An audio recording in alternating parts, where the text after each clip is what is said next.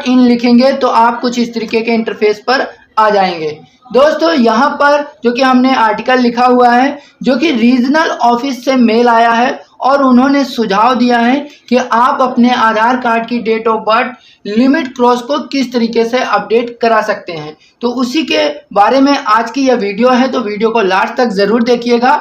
तो यहाँ पर दोस्तों लिखा हुआ है, रीजनल ऑफिस से मेल आया, मेरा limit cross date of birth इस तरीके से अपडेट होगा। तो दोस्तों किस तरीके से होगा, उसके लिए हमें यहाँ पर क्लिक करना होगा और इस पेज की पूरी जानकारी हमें प्राप्त करनी होगी। रीजनल ऑफिस वालों ने जो कि हमारे एक व्यूअर के पास ये मेल किया था कि आप इस तरीके से अपने आधार कार्ड की डेट ऑफ बर्थ को अपडेट करा सकते हैं, और ऐसे जो कि मेल रिप्लाई बहुत से हमारे व्यूअर के पास आए, तो इसलिए यह वीडियो बना रहा हूं ताकि उनकी प्रॉब्लम सॉल्व हो सके। क्योंकि बहुत से व्यूअर ने ऐसा कमेंट किया कि सर हमें समझ नहीं आ रहा है कि हमें अपने आधार कार्ड की डेट ऑफ बर्थ को किस तरीके से अपडेट कराना होगा। तो यहाँ पर देखिए दोस्तों, उन्होंने लिखा है, प्रिय निवासी, आधार नामांकन और अद्यतन छठे संशोधन नियम 2018 में कहा गया है कि निवासी की जन्म तिथि केवल एक बार अपडेट की जा सकती है। अगर आपको अपने आधार कार्ड में अपडेट कराना है अपने आधार कार्ड की डेट ऑफ बर्थ को, तो आप केवल एक बार ही अपडेट करा सकते हैं। यदि जन्म तिथि को निर्धारित सीमा से अधिक अद्यतन कराने की आवश्यकता है तो इसे एक अपवाद हैंडलिंग प्रक्रिया के माध्यम से किया जा सकता है। इसका मतलब है दोस्तों कि आपके आधार कार्ड की डेट ऑफ बर्थ को अपडेट कराने का जो नियम है वो तो है कि आप अपने आधार कार्ड की डेट ऑफ बर्थ को केवल एक बार अपडेट करा सकते हैं। लेकिन अगर किसी कारणवश कोई गलती होती है और आपको अपने आधार कार्ड की डेट ऑफ बर्थ को अपडेट कराना आवश्यक होता है, तो आप जो कि इस प्रक्रिया के साथ अपडेट करा सकते हैं। प्रक्रिया क्या है, इस वीडियो में आपको कंप्लीट प्राप्त होने वाली है। चलिए दोस्तों हल्का सा ऊपर करते हैं। तो यहाँ पर देखिए लिखा हुआ है कि नवीनतम SOP दिनांक 19/7/2021 के अनुसार DOB अपवाद से निपटने की प्रक्रिया में निवासी को नीचे उल्लिखित दस्तावेजों का सेट प्रस्तुत करना होगा। यहाँ पर जो कि वो कह रहे हैं कि आपको कुछ दस्तावेज हैं मेल करना होगा या फिर बाई पोस्ट भी करना होगा। उन मामलों को छोड़कर जब निवासी नामांकन, बहुत से ऑपरेटर भी हैं जो कि गलती कर जाते हैं। यहाँ पर लिखा है, ऑपरेटर द्वारा टाइपो गलती को ठीक करने के लिए DOB को अपडेट कर रहे हैं। अगर आप ऑपरेटर के द्वारा गलती की गई है तो आप नियरेस्ट आधार सेंटर पर जाकर अपडेट करा सकते हैं। तो यहाँ पर लिखा हुआ है उन गलती को छोड़कर। लेकिन दोस्तों ऑपरेटर द्वारा ही अगर आपका अपडेट नहीं होता है, लिमिट क्रॉस शो करता है, तो भी आप रीजनल ऑफिस या फिर 1947 पर जब कॉल करेंगे तो वहां पर आपको बता देंगे कि आपको रीजनल ऑफिस मेल करना होगा। तो कुल मिलाकर दोस्तों आप रीजनल ऑफिस मेल करके अपने Aadhaar card date of birth limit cross को अपडेट करा सकते हैं। लेकिन इससे पहले आपको 1947 पर कॉल करके कंप्लेन करना आवश्यक है ताकि आपकी प्रक्रिया को आगे बढ़ाया जाए।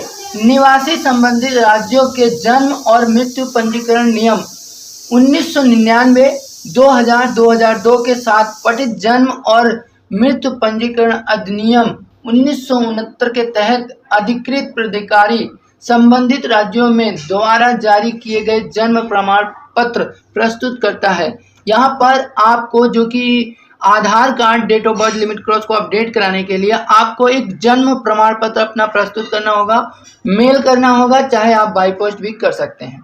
अब इसके बाद आगे बढ़ते हैं B, निवासी को यह कहते हुए एक स्वघोषणा प्रस्तुत करनी होगी। तो यहाँ पर दोस्तों आपको जन्म प्रमाण पत्र के साथ एक स्वघोषणा पत्र भी प्रस्तुत करना होगा, आपको फिल करना होगा। फिल कैसे करना है, स्वघोषणा पत्र कैसे डाउनलोड कर सकते हैं, स्वघोषणा पत्र के साथ आप रीजनल ऑफिस कैसे मेल कर सकते हैं, तो इसके ऊपर हमने ऑलरेडी जानकारी दे रखी है।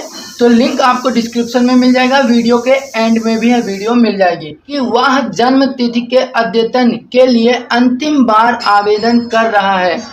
आप स्व घोषणा पत्र अगर फिल करते हैं तो ये समझ लीजिए कि आप अपने आधार कार्ड की डेट ऑफ बर्थ को आगे फिर कभी अपडेट नहीं करा सकते हैं या अंतिम बार आप आवेदन कर रहे हैं। अब दोस्तों इसके बाद आगे बढ़ते हैं। वह यह भी वचन देता है कि व्यक्ति को पूरी तरह से पता है कि इसके बाद आधार कार्ड में जन्म तिथि में कोई और अपडेट संभव नहीं है।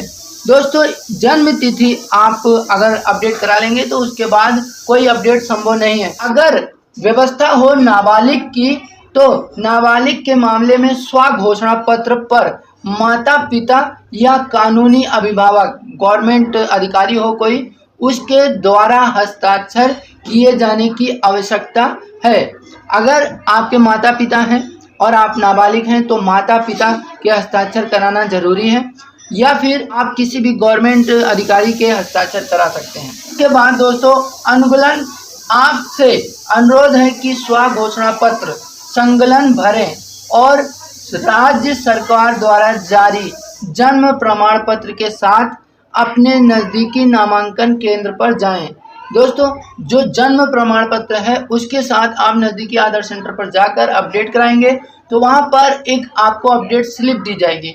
वहां पर वेट करना होता है। वेट करने के बाद वो रिजेक्ट होता है तो आपको 1947 पर कॉल करके कंप्लेन करना होता है। लेकिन अगर आपके पास मेल आता है तो आप डायरेक्टली रीजनल ऑफिस मेल कर सकते हैं, आपको कंप्लेन करने की ज़रूरत नहीं होगी। तो यहाँ पर जो रिजेक्ट स्लिप है, जो आप जन्म प्रमाण पत्र के साथ अपडेट कराएंगे, उस स्लिप को आप आधार कार्ड, यहाँ पर क्या क्या डॉक्यूमेंट आपको सेंड करना है ईमेल पर या बाई पोस्ट के जरिए, तो स्व घोषणा पत्र आपको फिल करना है और जन्म प्रमाण पत्र आपको देना है, और साथ ही आप अपने आधार कार्ड को देना होगा, और साथ ही आपको रिजेक्ट स्लिप देनी होगी।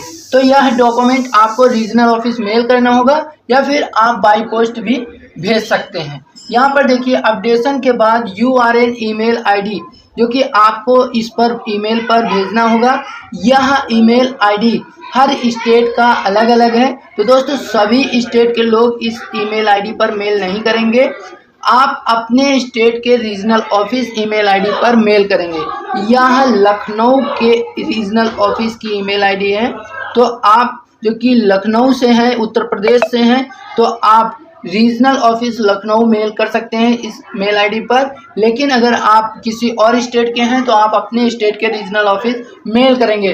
रीजनल ऑफिस का कैसे पता लगा सकते हैं, वहाँ का कॉन्टैक्ट नंबर, ईमेल ID कैसे प्राप्त कर सकते हैं, तो इसके ऊपर